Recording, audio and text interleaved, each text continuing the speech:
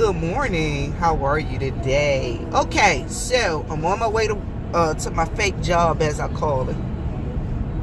All right, it's kind of chilly outside today. It's like 53. So, but listen. So I got a story. Remember, I told you my girlfriend came to my house and she was like, "Yo, I got a couple of stories for you to remember to tell, because these were funny." Okay, so this story is about, don't judge a book by its cover. Alright? So that's the moral of this story. Don't judge a book by its cover. My glasses look a mess. Anyway. I can't zoom. Anyway. So, what happened was, I used to teach school. I was a special education teacher. And when I taught special needs children, I would go to people's houses and I would homeschool their children, work with their children at home. I was what they called a home-based teacher at times too.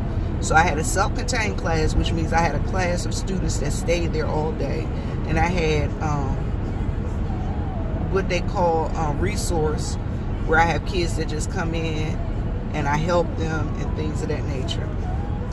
So, and then I had this one young lady that was a homebound student. She couldn't go to school. So they asked me, they were like, "Viv, would you please take this student?" They said, "Now listen, this is the thing. The family's kind of crazy." I was like, "What do you mean crazy?" First thing is, they lived in the woods, deep in the woods. To get to their house, you had to go through a peach orchard. I mean, I'm talking about peach trees on both sides. So, first off, there's no seeing the house from the road. Then you had to go past another house. Once you got past the clearing of the peach orchard, then you had to go past this other people's houses that own the dirt road, because it was a bumpy dirt road. Then once you got past there, then you had to go past the lady with the lake and the horses. And then you got down to the house. After you went through this third clearing. So it was down this long dirt road. So I told them, I said, "All right, I'll take it." And they were like, they got a lot of guns. They got bows and arrows, and they're hunters. I'm like, okay. And they're like, and the mom is so mean, and the mom will fight, and the mom is crazy. I'm like, okay.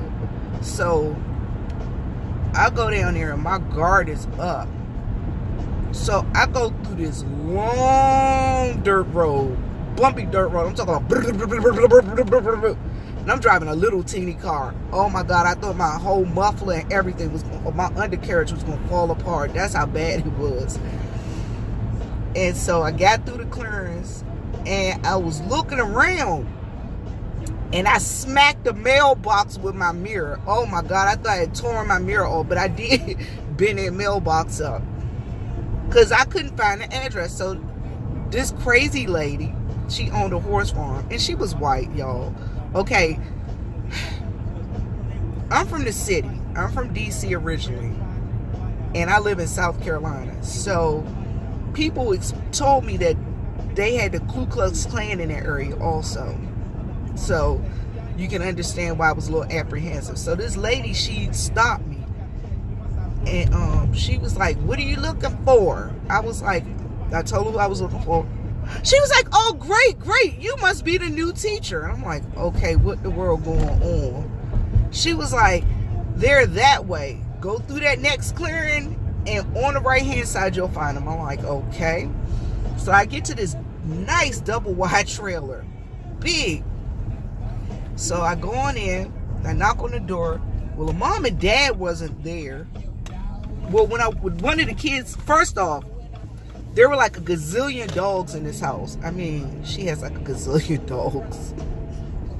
I'm talking each child had a dog. It was 3 children dogs and I think one mom and dad dog. So first you gotta imagine, I'm met by all these dogs at the door. And as I'm knocking, I'm like, oh my God, do I go in or what? But then I get in, it's like not real big dogs. They're kind of like lap dogs. So it's like the pug from Men in Black, and then like a little Dutch hound with like the little hot dog weenie dogs with a bunch of fur, and then it was like another weird dog that was like a mutt mixed thing, and then it was another weird dog. So I go in, and as soon as the kids let me in, I see somebody dash out the back door. I'm like, what the world? And then I look by the back door, there's this big rifle, a hunting rifle, right by the door. I'm like, what the what? But the person that dashed out the back door had another rifle, and they were like shooting. I was like, what the world? So I met my homebound student, and she and I, we met, we talked. Then all of a sudden, the person that dashed out the door with the gun came back in, and I'm looking like, so my heart is beating like, oh my God, is this lady gonna kill me? What's gonna happen? So she comes in the door, and she's like, who are you? And I'm like explaining to her who I am and giving her the paperwork to fill out and things of that nature. She's like, oh, I don't have time right now to stay, but you can go ahead and work with my daughter. I'll meet you here on the next day. What's your schedule? Told her what days I'll be coming. She's like, all right, cool. So she leaves. Next thing that happens, on my way out, this dude comes in the house. I swear for God, he looked like Duck Dynasty, y'all. He was real thin, but he had like that bushy mountain man beard, looking all crazy and stuff. I was like, okay, this is not cute. This ain't gonna work for me. So I'm like, uh-oh. And I'm like, what the world? He doesn't even speak. He just kind of grimaces like, I was like, hi, how are you? I'm her homebound teacher. Go, I'm like, okay. So I hurry up and do what I'm gonna do, and I get out of there. So that was my first impression of this family. Well, the next time I went back, y'all, it was so cool because she sat down and she talked to me. She explained to me her situation and things of that nature. Then I met her husband. He was cool. And I met the whole family, and everybody was cool. But this is the thing. I thought they were like crazed, stalkerish type people that was out to kill people, that was run, because they had told me they had ran off like 4 teachers before me, and they told me how difficult this person was. Come to find out, y'all, it wasn't her. It was them. It was the school. It was the people. They disrespected her. So guess what? If you disrespect me, I'd feel the same way. But the moral of the story is, well, right now, let me tell you how it is. We're so cool. She's the one who told me to tell this story. And this is the moral of the story. Don't judge a book by its cover, number 1. Number 2, don't go off what other people say about a person, because you don't know what their past experiences were with that person.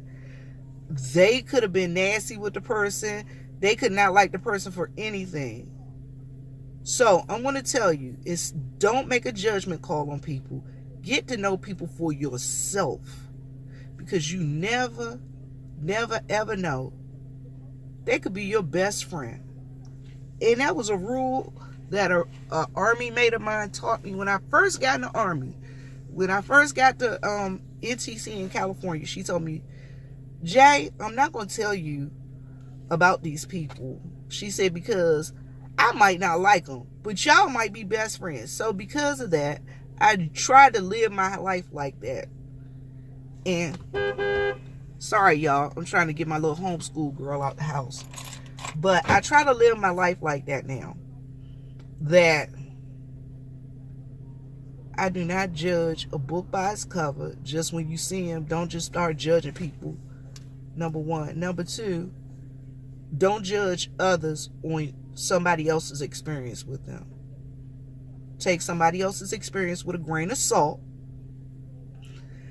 Commit it to the back of your mind. But always remember, get to know people for yourself, because that could be the person that's going to save your life one day. All right, y'all. Have a good day. Guess what? I guess I'm supposed to tell y'all to like my video and subscribe and all that stuff. And y'all have a good day. I love you. And keep the faith. Keep going.